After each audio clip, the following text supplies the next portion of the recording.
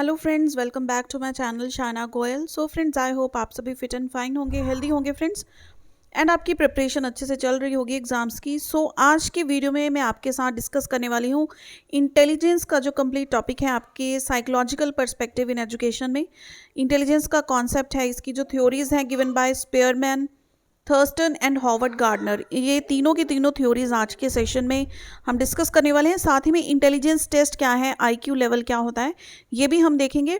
So friends, video को complete देखिएगा और अगर आपको ये वीडियो पसंद आए तो इसे लाइक एंड शेयर भी ज़रूर कीजिएगा। So now let's begin.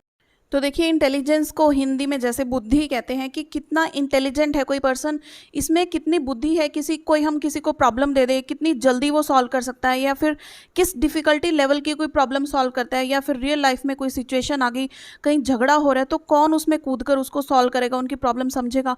हर चीज़ को हम इंटेलिजेंस के तौर पर देखते हैं।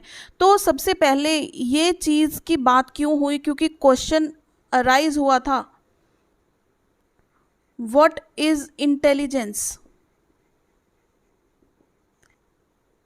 What is intelligence? क्या इंटेलिजेंस, इंटेलिजेंट क्या है, इंटेलिजेंस क्या है, या फिर हु इज इंटेलिजेंट। ठीक है, who is intelligent.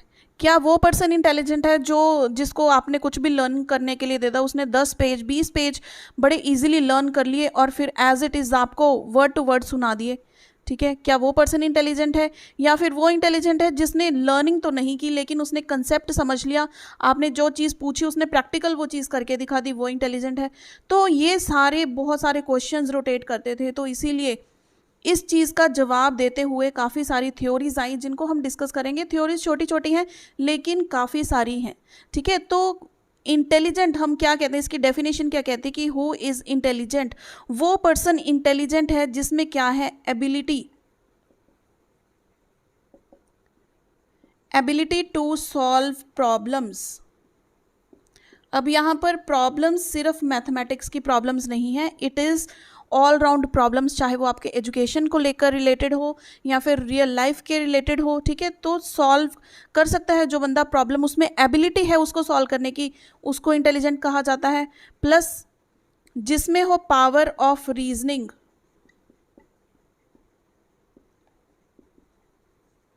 Reasoning means जो तर्क वितर्क करना जानता है, कोई सी चीज़ के पीछे क्या लॉजिक है इसका वो समझना जानता है। देन जो खुद को अडेप्ट कर पाए according to the environment, adept to environment. देखिए, ये सारी चीज़ें क्या हैं, वो बंदा इंटेलिजेंट है जिसमें ये सारी चीज़ें हैं। तो इंटेलिजेंट का जो लेवल होता है, कोई ज़्यादा इंटेलिजेंट है, कोई कम इंटेलिजेंट होता है, तो डिपेंडिंग अपॉन दीज फैक्टर्स। ठीक है, उसके बाद होती है एब्स्ट्रैक्ट थिंकिंग। जो चीज़ें हमारे सामने नहीं है, सिर्फ हमें अज्यूम करने को कहा जाता है कि आप अज्यूम कीजिए ऐसी सिचुएशन है तो उसमें आप किस तरह से डील करेंगे, वो क्या हो गया, एब्स्ट्रैक्ट थिंकिंग। जो चीज़ एक्चुअली आपके सामने नहीं है लेकिन आपको उस सिचुएशन को या फिर उस प्रॉब्लम को अज्यूम करके उसको सॉल्व करना है मन ही मन में या फिर माइंड में। ठीक है, then who has the ability to evaluate and जज। ये सारी क्या है, ability of abstract thinking, ability to evaluate and जज हिमसेल्फ, या फिर कोई सिचुएशन है बंदे के सामने तो उसको वो किस तरह से इवैल्यूएट करता है, कितना अपना दिमाग चलाता है, कौन कौन सी अपनी प्रीवियस नॉलेज को यूज़ करेंगे। ठीक है, इन्फॉर्मेशन जो बंदे के माइंड में है उसको किस तरह से यूज़ करेगा ताकि सिचुएशन को वो हैंडल कर पाए या फिर कोई भी उसके सामने प्रॉब्लम है उसको सॉल्व कर पाए। सो ऑल इन ऑल अगर हम इन चीज़ों को देखें तो हमारे पास 3 मेन फंक्शन जो है निकल कर आते हैं। नंबर 1 क्या है, लर्निंग। लर्निंग भी ऐसे नहीं है कि आज लर्न कर लिया, ठीक है, 2 दिन बाद पूछा वो चीज़ भूल गए। Learning is the acquiring of knowledge and how long one can retain, कितनी देर उसको आप इंफॉर्मेशन को या फिर नॉलेज को रिटेन करके रखते हो अपने माइंड में, वो होती है लर्निंग। देन इज आपने सभी चीज़ें अपने अंदर एक्वायर कर ली हैं। ठीक है, चाहे इन्वायरमेंट से हैं चाहे हेरिडिटरी हैं, तो लर्निंग क्या होगी, आपके अंदर रिटेन हो गई। उसके बाद अगर आपको कोई प्रॉब्लम दी जाती है तो पहले आप उसको रिकॉग्नाइज करेंगे। कोई भी प्रॉब्लम आती है उसको रिकॉग्नाइज करना, प्रॉपर उसको समझना कि एक्चुअल प्रॉब्लम है क्या, ठीक है। इसको हम क्या बोल सकते हैं, एड्रेस द प्रॉब्लम, ताकि प्रॉब्लम को हम समझ सकें, उसको लोकेट कर सकें कि यहाँ पर प्रॉब्लम है। देन फाइनली अपनी नॉलेज को एंड अपने एक्सपीरियंस को यूज़ करके उस प्रॉब्लम को सॉल्व कर दे जो पर्सन, ठीक है, उसको हम क्या बोलेंगे, इंटेलिजेंट पर्सन। क्या हो गया, सबसे पहले लर्निंग, जिसने नॉलेज एक्वायर की, जो भी आज तक उसने सीखा, ठीक है, अपने अंदर वो समाते चले गए, और फिर कोई प्रॉब्लम उनके सामने सिचुएशन आई तो उन्होंने क्या किया, सिचुएशन को समझा पूरी गहराई से। हम कहते हैं ना कि क्वेश्चन को 2 बार ही रीड करो। अगर आपको क्वेश्चन समझ में आ गया, समझ लीजिए आधे नंबर तो आपको वैसे ही मिल गए, क्योंकि आप उसी दिशा में चलकर क्वेश्चन को अटेम्प्ट करेंगे। अगर मैथमेटिक्स का क्वेश्चन है, करना था स्टेटमेंट में, माइनस कर दिया प्लस, क्वेश्चन गलत समझ गए ना, तो समझ गए गलत, इसलिए पहले आधे नंबर तो आपके चले गए। आधे नंबर सिर्फ आपको किसके मिलेंगे, जो आपने कोई स्टेटमेंट्स लिखी होंगी, ठीक है। कैलकुलेशन पार्ट तक पहुंचते हुए आपने माइनस करना, प्लस करना था, कर दिया माइनस, तो वो सारा क्या हो गया, गलत, ठीक है। तो रिकॉग्नाइज करना प्रॉब्लम को is most important, then only you can find the correct solution to that particular problem. ये चीज़ समझ में आ गई। ये था बेसिक कंसेप्ट इंटेलिजेंस का। अब काफ़ी सारे जो साइकोलॉजिस्ट हैं उन्होंने काफ़ी सारी थ्योरीज दी अपना बताते हुए कि ये पर्सन इंटेलिजेंट है क्योंकि उसमें ये चीज़ होनी चाहिए, ठीक है। तो अब हम स्टार्ट करते हैं with the theory of, so as you can see here, 2-factor theory was given by Charles Spearman, और ये एक ब्रिटिशर थे, ठीक है। तो इन्होंने 2 फैक्टर्स दिए थे। 2 फैक्टर क्यों कहते हैं, कि इन्होंने बोला है कि जो इंटेलिजेंस है वो 2 फैक्टर्स में हम उसको देख सकते हैं। First is general factor, ji factor, ठीक है, इसको इस तरह से आता है, and another is S factor, that is specific factor. अब देखिए, जैसे हर पर्सन में जनरल एबिलिटी होती है और एक स्पेसिफिक एबिलिटी होती है, जिसको हम बोलते हैं कि ये उस चीज़ में ज़्यादा अच्छा है, तो उसमें वो एस फैक्टर उस चीज़ के रिलेटेड ज़्यादा होगा, ठीक है। तो देखिए जनरल फैक्टर क्या होता है, it is the general mental ability governed bye heredity, जो बंदे को विरासत में मिली है, हम कह सकते हैं कि हेरिडिटी से मिली है, बाय बर्थ है, उसमें उतनी इंटेलिजेंस वो बाय बर्थ है। लेकिन स्पेसिफिक फैक्टर क्या होता है, फॉर एग्जांपल कोई बच्चा मैथमेटिक्स में ज़्यादा अच्छा है, या फिर कोई इन फ्यूचर डांस में ज़्यादा अच्छा हो रहा है, तो ये S1 सपोज मैथ के लिए है, S2 डांस के लिए है, तो उस पर्सन का डिपेंड करता है स्पेसिफिक फैक्टर कौन सा ज़्यादा है, कौन सा कम है। समझ में आ गई ये बात। तो बेसिकल इंटेलिजेंस लेवल जो हमें एक बेस फॉर्म करता है, ये कहते हैं कि जी फैक्टर जो है बहुत इंपॉर्टेंट है, क्योंकि ये एक बेस फॉर्म करता है for all mental ability and capability. जो हम स्पेसिफिक फैक्टर में भी हमारी एबिलिटी है, उसका बेस क्या है, जी फैक्टर, जो जनरल एबिलिटी है एक पर्सन की, ठीक है। January 15th at 11 a.m. Take the Byju's Exam Prep National Scholarship Test and get up to 90% scholarship to prepare for the. तो देखिए ये हेरिडिटी से गवर्नड है, यानी कि ये इनेट होती हैं, हम इसको एक्वायर नहीं करते हैं। जबकि जो एस फैक्टर है ये क्या करते हैं, हम एक्वायर करते हैं, acquire from the environment, from the society, ठीक है, सोशलाइज होकर एक्वायर करते हैं या वॉट एवर। लेकिन जो जी फैक्टर होता है ये हेरिडिटी के साथ रिलेटेड है, तो ये है इनेट, और ये बेस फॉर्म करता है हमारे किसी भी मेंटल एबिलिटी का या फिर कैपेबिलिटीज़ का। इसको देखिए स्पीयरमैन ने कहा है कि ये मेंटल एनर्जी भी कहा जाता है इसको, जी फैक्टर को, ठीक है। तो ये देखिए डायरेक्टली प्रोपोर्शनल का साइन होता है, यानी कि अगर जनरल फैक्टर किसी भी इंडिविजुअल का ज़्यादा है तो वो उसका इंटेलिजेंस भी क्या होगी, ज़्यादा होगी। अगर उसका जी फैक्टर कम है तो उसकी जो इंटेलिजेंस है वो भी क्या होगी, कम होगी। यानी कि ये दोनों डायरेक्टली प्रोपोर्शनल हैं अकॉर्डिंग टू स्पीयरमैन, ठीक है। स्पेसिफिक फैक्टर की अगर हम बात करें तो ये इन्फ्लुएंस हेरिडिटी से नहीं होता, ये एनवायरनमेंट से, एजुकेशन से हम इस चीज़ को इम्प्रूव कर सकते हैं। यानी कि ये स्टैटिक नहीं है, ये डायनामिक है, बल्कि ये स्टैटिक है, क्योंकि जो बाय बर्थ बच्चे को मिल गए हेरिडिटरी फीचर्स वो चेंज तो नहीं होंगे ना, वो स्टैटिक है। लेकिन जो चीज़ हम एनवायरनमेंट से एक्वायर कर रहे हैं, एजुकेशन से हम उसको दिन ब दिन बेहतर करते जाते हैं, ट्रेनिंग ले लेते हैं हम और इम्प्रूव करते हैं, तो ये डायनामिक होता है स्पेसिफिक फैक्टर किसी भी चीज़ का।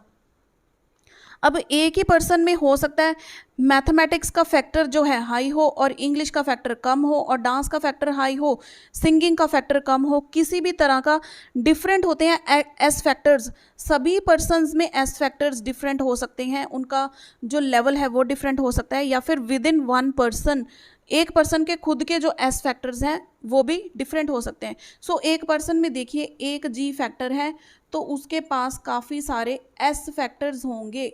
ये एस फैक्टर्स उसकी स्पेसिफिक एबिलिटी है किसी भी पर्टिकुलर टास्क को करने की। ठीक है, हम कहते हैं ना कि बच्चे का मैथमेटिक्स में इंटरेस्ट नहीं है क्योंकि उसके पास एस फैक्टर कम है मैथमेटिक्स का, उसको इस चीज़ की ज़्यादा ज़रूरत है एजुकेशन की या फिर ट्रेनिंग की। ट्रेनिंग के साथ वो अपना ये फैक्टर मैथमेटिक्स का इंक्रीज़ कर सकता है। समझ में आ गई ये बात? तो यही सारी थ्योरी क्या है, चार्ल्स स्पीयरमैन की। देखिए बिल्कुल छोटी छोटी सी थ्योरी है, सिर्फ आपको बेसिक कंसेप्ट समझना है। इसमें दो चीज़ें मेन है, जी factor and S factor. So next is group factor theory, ये दी है थर्स्टन ने और ये है एक अमेरिकन साइकोलॉजिस्ट। स्पीयरमैन की थ्योरी में क्या बात की थी, एक इन्होंने बोला था कि जी फैक्टर है जनरल फैक्टर जो मेंटल एबिलिटी हर पर्सन के पास होती है, ठीक है, जो है इनहेरिटेड फ्रॉम द हेरिडिटरी हम कह सकते हैं।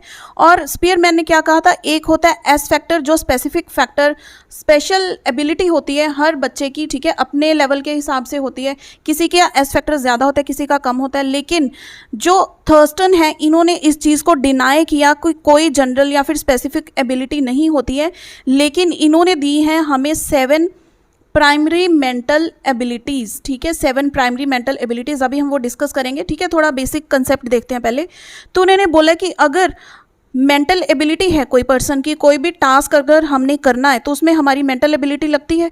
ठीक है, अगर मैं आपको टीच भी कर रही हूँ तो भी मेरी मेंटल एबिलिटी लग रही है, अगर आप पढ़ रहे हैं तो भी आपकी मेंटल एबिलिटी यूज़ हो रही है कि आप कितना लर्न कर पा रहे हैं, ठीक है, कितना एब्जॉर्ब कर पा रहे हैं जो चीज़ें मैं आपको बता रही हूँ। ठीक है, आपको सारे पॉइंट्स याद रह रहे हैं या कुछ पॉइंट्स आप याद रख रहे हो या फिर अंडरस्टैंडिंग में क्या चीज़ है। Every single task needs mental ability.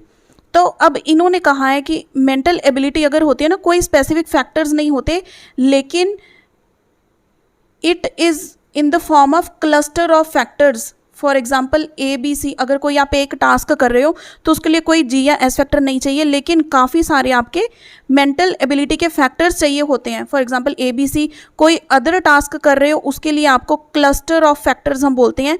ठीक है, क्लस्टर ऑफ फैक्टर्स चाहिए होते हैं। कॉमन मेंटल एबिलिटीज़ होती हैं, बेसिकली कॉमन मेंटल एबिलिटीज़ कोई भी आप टास्क करते हैं। देखिए इसको थोड़ा और समझते हैं।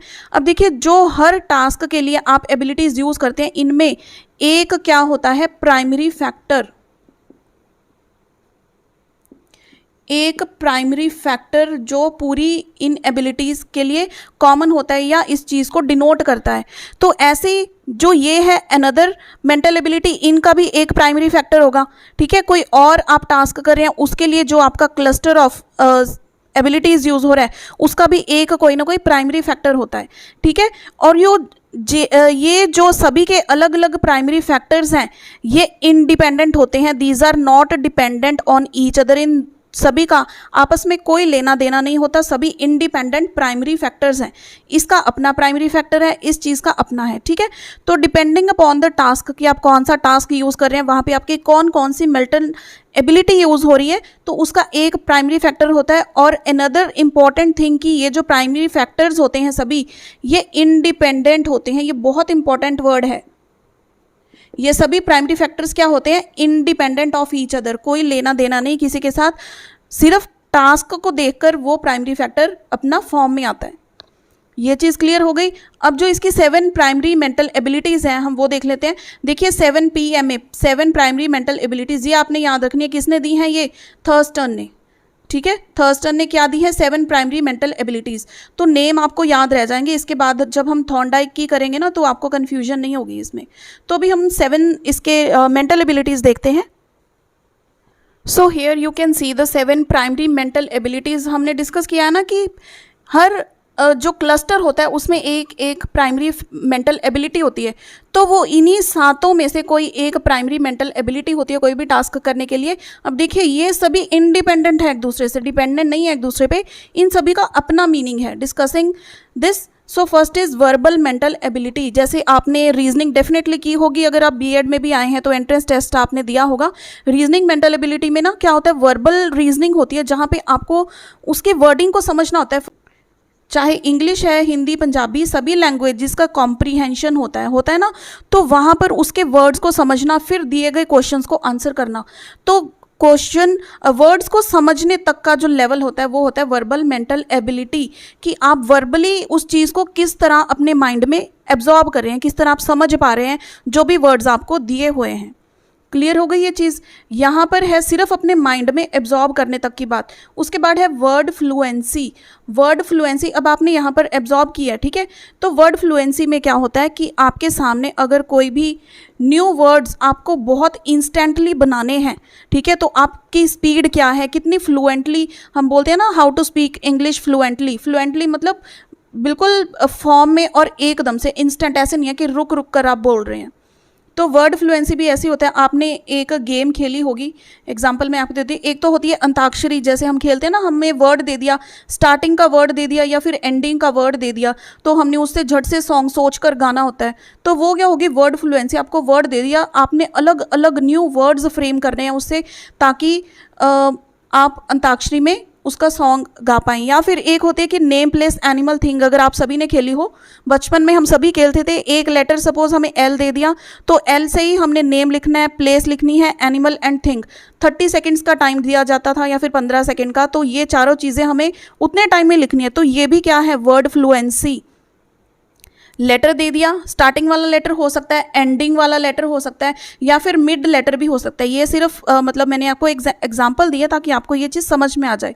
तो वर्ड फ्लुएंसी में आपको कहीं से भी कोई लेटर दे सकते हैं या फिर वर्ड दे सकते हैं, तो आप कितने फ्लुएंटली और कितने स्पॉन्टेनियसली उसका आंसर करते हैं, ठीक है, वो क्या आता है वर्ड फ्लुएंसी के अंदर। I hope this is clear. ये जो नेम प्लेस एनिमल थिंग वाली एग्जाम्पल है ना, ये बेस्ट एग्जाम्पल है, एंड आई होप आपने ये एग्जाम्पल आज तक इसके रिलेटेड सुनी भी नहीं होगी। Then is spatial ability, as the name suggest, spatial is related to space, ठीक है। सपोज आपने नए घर में शिफ्ट करना है, तो हमारे पास कितने कमरे हैं, कितनी जगह है, कौन से कॉर्नर पे क्या चीज़ रखनी है, स्पेस को यूटिलाइज किस तरह से करना है, यूटिलाइज नहीं, एक्चुअली बेस्ट यूटिलाइज किस तरह से करना है। जैसे आर्किटेक्ट होते हैं, ठीक है,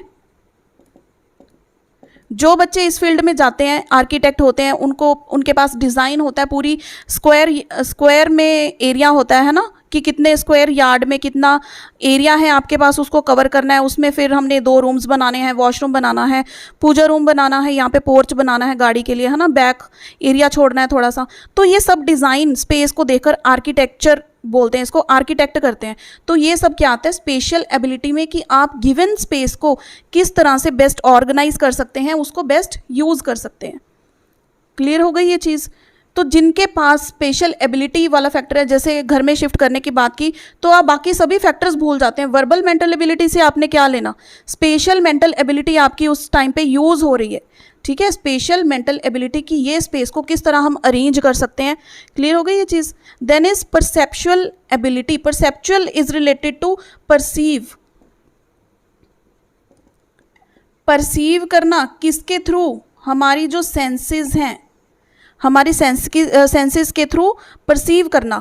फॉर एग्जांपल जैसे न्यूज़पेपर में काफ़ी सारी चीज़ें आती हैं, आजकल तो मोबाइल में भी इतने हैं कि find the differences between the 2 pictures, है ना।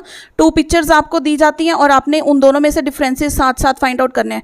बच्चे मोबाइल में कितनी सारी गेम्स खेलते हैं। तो ये हमारी परसेप्शन होती है, हमारे सेंसेस होते हैं। यहाँ पर कौन सी सेंस यूज़ हो रही है, विजन, देखना, है ना, आइज़, कि कितनी आपकी तीव्र नज़र है कि उस चीज़ को आप देख पाएँ, है ना।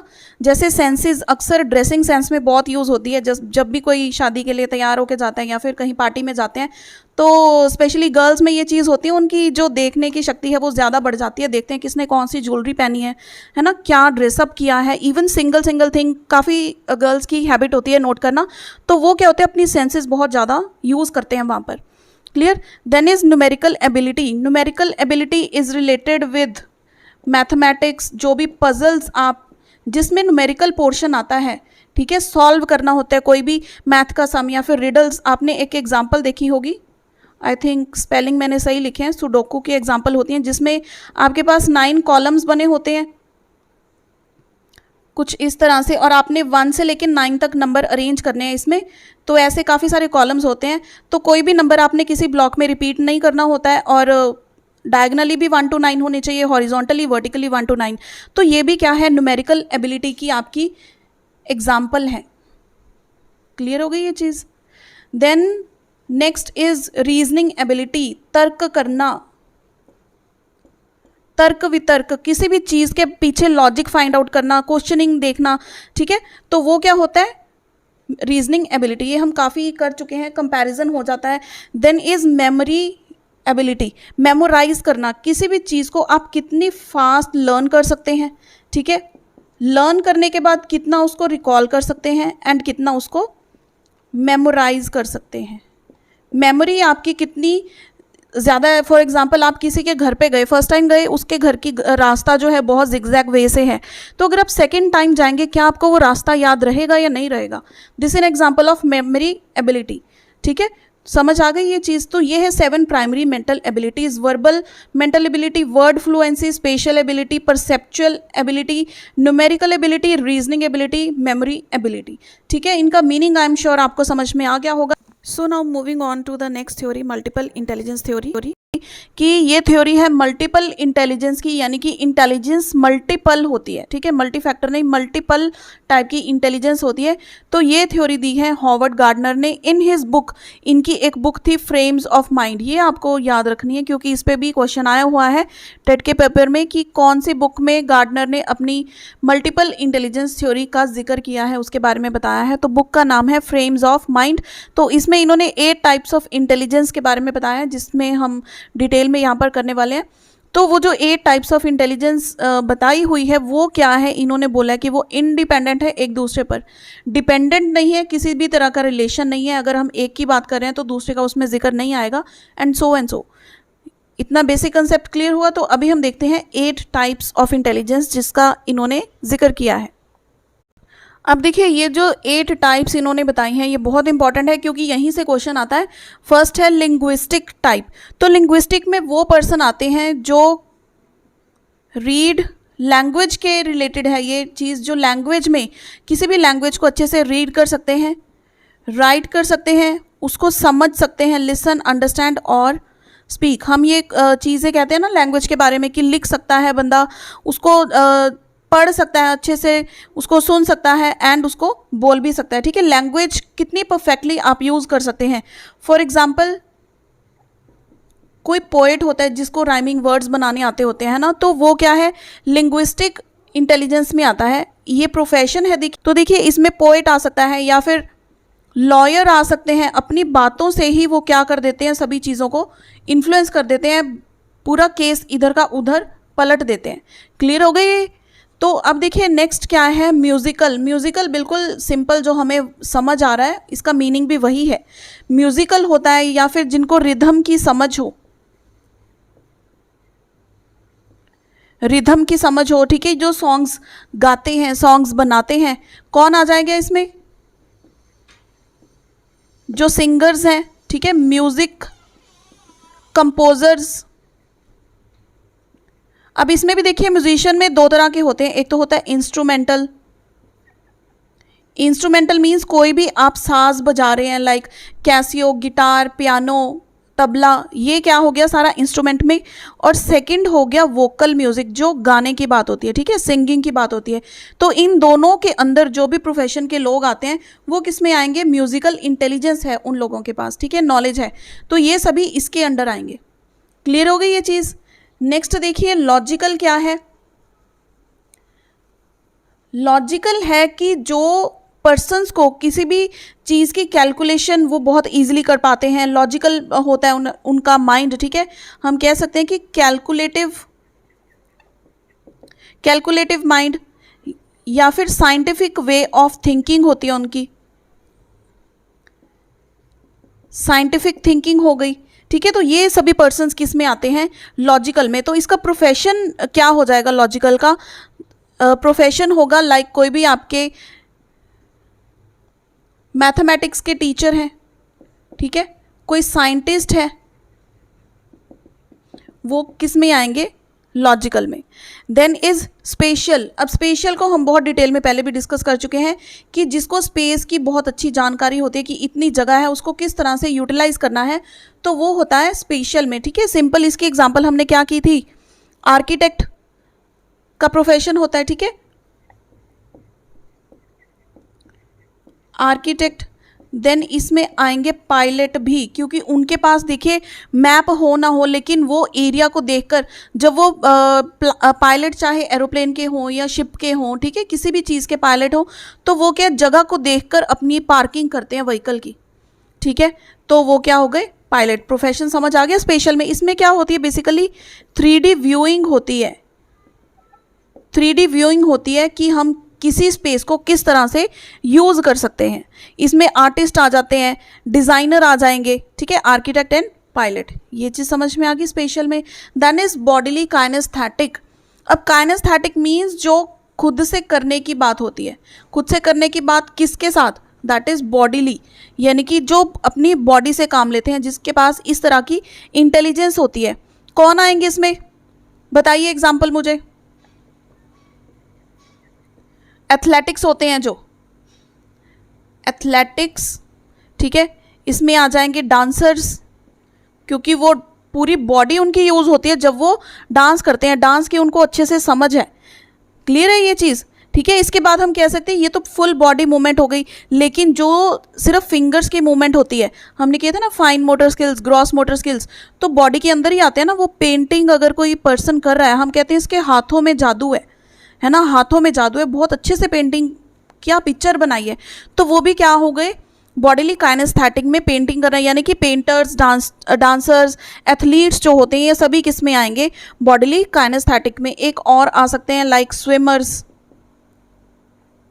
तो इस तरह आपको खुद एग्जाम्पल्स आप बना सकते हैं। इसके अलावा कोई एग्जाम्पल हो तो मुझे आप कमेंट करके बॉडीली काइनेस्थेटिक के सामने वो एग्जाम्पल लिखकर बताइए जो हमने इसमें छोड़ दी है, ठीक है। Next is intrapersonal. अब इंटर और इंट्रा का डिफरेंस हमने पहले किया था। Intrapersonal means, intra means self, जो सेल्फ को समझते हैं, खुद को समझते हैं, लाइक जो सेंट्स होते हैं, ठीक है, इसमें आ जाएंगे सेंट्स, जो अंतर ध्यान होते हैं, खुद के बारे में वो सोचते हैं, समझते हैं उस चीज़ को, जिनको अपनी स्ट्रेंथ्स के बारे में, अपनी वीकनेसेस के बारे में पता है, ठीक है, अंडरस्टैंडिंग फॉर द सेल्फ। या फिर कहते हैं वो राइटर जो इतनी गहराई में जाकर खुद की जीवन के बारे में लिखते हैं, बहुत ज़्यादा खुद को समझते हैं, तो राइटर भी किस में आ जाएंगे, इंट्रापर्सनल में। अब इंटरपर्सनल में कौन लोग आ जाएंगे, यहाँ पे तो था सेल्फ के साथ जो कंसेप्ट था। इंटरपर्सनल में होता है जो दूसरों को अच्छी तरह जानते हैं या फिर उनको अच्छी तरह समझते हैं, उनके पास इस तरह की इंटेलिजेंस है जो दूसरों की बात को समझ पाएं। सबसे पहले हम लेंगे इसमें पॉलिटिशियंस, ठीक है। पॉलिटिशियंस क्या बोलते हैं, हम कि देश की सेवा करने के लिए, ठीक है, लोग उनके पास आकर उनको अपनी प्रॉब्लम्स बताते हैं, वो उसका सोल्यूशन कर पाएँ, तो ये क्या हुआ, इंटरपर्सनल इंटेलिजेंस होती है पॉलिटिशियंस के पास। इसके बाद हम कहते हैं टीचर्स। टीचर्स किस में आते हैं, इंटरपर्सनल में टीचर्स भी आ जाते हैं, ठीक है। इसके बाद काउंसलर्स हो सकते हैं।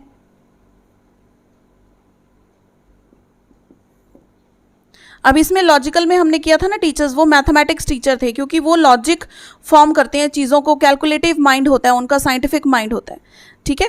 ये चीज़ क्लियर हो गई इंटरपर्सनल में। Then finally is the naturalistic. अब देखिए पहले इन्होंने सिर्फ 7 ही इंटेलिजेंस की टाइप्स दी थी, लेकिन उसके बाद फाइनल जो है एक 8th टाइप इन्होंने ऐड कर दी थी, नेचुरलिस्टिक, ठीक है। तो नेचुरलिस्टिक में वो लोग आ जाते हैं जिनको नेचर के बारे में पता है, नॉलेज है, या फिर नेचर से प्यार है, लाइक जो लोग बॉटनी के साथ रिलेटेड हैं, गार्डनिंग के साथ रिलेटेड हैं, गार्डनर हो गए, ठीक है, फार्मर्स, ये सभी किस में आते हैं, नेचुरलिस्टिक में। नेचुरलिस्टिक इंटेलिजेंस होती है इनके पास।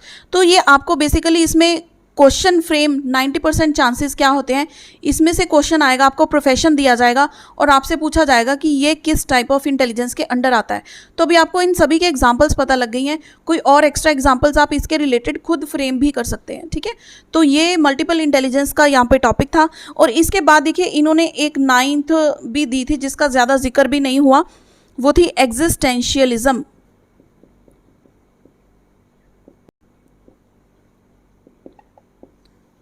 मतलब किसी चीज़ के होने का एहसास होना आपको, ठीक है, कि हम क्या हैं, इस तरह के क्वेश्चन पूछ ले, हम यहाँ पर धरती पर कैसे आए, हमारा वजूद क्या है हम, या फिर बिलीव इन जो भी हम अंधविश्वास की बातें करते हैं, ब्लैक मैजिक और समथिंग, ठीक है, कोई बिल्ली रास्ता काट गई उसमें बिलीव करना, या फिर कोई भी ऐसे अंधविश्वास की जो बातें होती हैं उसमें बिलीव करना या फिर ना बिलीव करना, वो क्या होता है, existentialism. Now next is the intelligence test. So intelligence test की जो थोड़ी सी बेसिक इंट्रो है वो हमें पता होनी चाहिए, इसमें से भी क्वेश्चन बनता है। सो सबसे पहला जो मेन क्वेश्चन फ्रेम आउट होता है हमारा वो ये है कि फर्स्ट इंटेलिजेंस टेस्ट किसने दिया था। दैट वाज एल्फ्रेड बिनेट, ठीक है, हमने प्रीवियस इंटेलिजेंस की बिगनिंग में भी ये बात कही थी, ठीक है। तो 1905 में एल्फ्रेड बिनेट और थियोडोर साइमन ने एक स्केल बनाया था इंटेलिजेंस को टेस्ट करने के लिए। उस स्केल का नाम है बिनेट साइमन स्केल, और ये जो टेस्ट था ना ये फ्रेंच लैंग्वेज में था, ठीक है। फ्रेंच लैंग्वेज में होने के कारण this was not understood by all the people, ठीक है, तो इसको इंग्लिश में ट्रांसलेट करने की ज़रूरत पड़ी। तो 1911 में इसको ट्रांसलेट किया गया इंग्लिश में, और किसने किया, ये गॉडर्ड ने, ठीक है। तो ये नेम्स आपको याद रखने ज़रूरी हैं, ठीक है। ये फ्रेंच में था तो 1911 में ट्रांसलेट किया गया इसको इंग्लिश में, गॉडर्ड ने किया। और देखिए 1912 में विलियम स्टर्न ने फर्स्ट टाइम बात की है अबाउट इंटेलिजेंस कोशेंट की, ठीक है, आईक्यू की। तो कंसेप्ट किसने दिया है आईक्यू का, विलियम स्टर्न ने। देखिए दो चीज़ें हैं इसमें, क्वेश्चन थोड़ा सा टेढ़ा आ जाता है। जो टर्मन है इन्होंने इस टेस्ट को रिवाइज किया, और आईक्यू का फॉर्मूला दिया किसने, टर्मन ने। लेकिन कंसेप्ट के बारे में किसने बताया, या फिर इसका बेसिक जो सजेस्ट किसने किया था आईक्यू के बारे में, सबसे पहले बात किसने की थी, दैट वाज विलियम स्टर्न।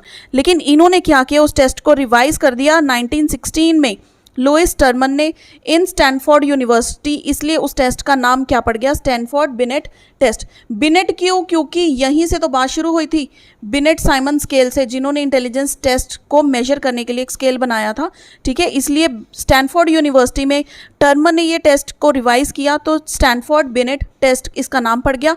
और टर्मन ने आईक्यू निकालने का एक फॉर्मूला दिया है जिसके बेसिस पर कंप्लीट वो टेस्ट है, ठीक है, जो न्यूमेरिकल टाइप क्वेश्चंस आते हैं। Now we will look over that. So intelligent question find out करने का फॉर्मूला टर्मन ने क्या दिया है, MA/CA × 100। MA क्या है यहाँ पर, मेंटल एज, जो एक्चुअल हम कहते हैं कि बंदे की कितनी सोच है, ठीक है, मेंटली उसकी क्या एज है। क्रोनोलॉजिकल एज क्या होती है, CA, जो पर्सन की एक्चुअल एज है, कितने साल के हमसे पूछते हैं ना, वो आंसर क्या है, क्रोनोलॉजिकल एज आपकी क्या है, ठीक है। मेंटल एज की आपका दिमाग कितना ज़्यादा है, हम कहते हैं ना कि ये तो बच्चा 5 साल का है कितना एक्टिव, 7th क्लास के क्वेश्चंस, या फिर 7 साल का बच्चा जो काम करता है वो कर पा रहा है, तो उसकी मेंटल एज ज़्यादा हो गई। यहाँ से इस चीज़ से IQ लेवल से क्या जज करते हैं कि बच्चे की जो इंटेलिजेंस है वो किस तरह का है, क्या वो गिफ्टेड स्टूडेंट है, सुपीरियर है, एवरेज है, ठीक है, डल है, या फिर इडियट है, व्हाट्सएवर, वो हम एक चार्ट के थ्रू यहाँ पर चेक करते हैं। तो ये फॉर्मूला आपको समझ में आ गया, इसके रिलेटेड हम 1-2 क्वेश्चंस भी करेंगे यहाँ पर। सो आप ये चार्ट यहाँ पर देख सकते हैं, यहाँ पर IQ गिवन है, अगर 140 से अबव है तो उसको क्या कहते हैं, हम गिफ्टेड स्टूडेंट्स होते हैं। तो पहले हम इसका जो फॉर्मूला है IQ का वो लिख लेते हैं।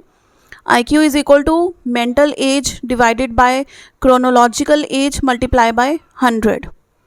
सो देखिए पेपर में भी इसी तरह से क्वेश्चन आएगा, मेंटल एज दी होगी, क्रोनोलॉजिकल एज दी होगी, और IQ हमने फाइंड आउट करना है। अगर IQ 140 से अबव आता है तो इट मीन्स वो गिफ्टेड या जीनियस स्टूडेंट्स हैं, ठीक है। तो ये सारी कैटेगराइज हमने किया हुआ है, उसी के अकॉर्डिंग जो है टाइप्स लिखी हुई हैं यहाँ पर। और ये देखिए एक इम्पॉर्टेंट चीज़ होती है, इसमें बेस लाइन माना गया है 100 को। तो देखिए जो बच्चा एवरेज है, जिसकी IQ समझ लीजिए नॉर्मल चाइल्ड है, ठीक है, तो उसकी IQ क्या आएगी, 100 आएगी। फॉर एग्जांपल बच्चे की मेंटल एज भी 20 है और क्रोनोलॉजिकल एज भी 20 है, मल्टीप्लाई बाय 100, तो क्या हो गया, 100 आ गया हमारे पास IQ। तो ये क्या है, एवरेज या फिर नॉर्मल चाइल्ड, 90 और 109 के बीच में है। तो इसको हम कहते हैं कि एवरेज या नॉर्मल चाइल्ड की जो IQ लेवल है वो 100 होता है, यानी कि एवरेज चाइल्ड है वो, ठीक है। अगर उससे कम है तो बिलो वाला आ जाएगा, अगर IQ उससे ज़्यादा है तो ऊपर वाले जो टाइप्स हैं उनमें से कोई आ जाएगा। क्लियर हो गई ये चीज़। तो अब हम इसकी एग्जाम्पल भी देख लेते हैं। सो सपोज कि किसी बच्चे की जो मेंटल एज है वो है 12, ठीक है, समझ लीजिए, देन क्रोनोलॉजिकल एज उसकी है 20। तो हम IQ इसके फॉर्मूले में इसकी वैल्यूज़ पुट करके हम IQ चेक करते हैं, क्या आएगी, 12 डिवाइडेड बाय 20 मल्टीप्लाई बाय 100। तो ये हमारे पास आ गया है 60 IQ 60 अब देखिए किसके अंडर फॉल करती है, दैट इज़ फीबल माइंडेड या फिर मोरॉन। ठीक है, तो ये हम वैल्यू से कंक्लूड करेंगे कि किस टाइप का वो स्टूडेंट है। अब देखिए 3 चीज़ें इसमें मेन है, एक तो बिल्कुल बॉटम वाली 0 से 24, then 140 and above, and then the middle one average and normal.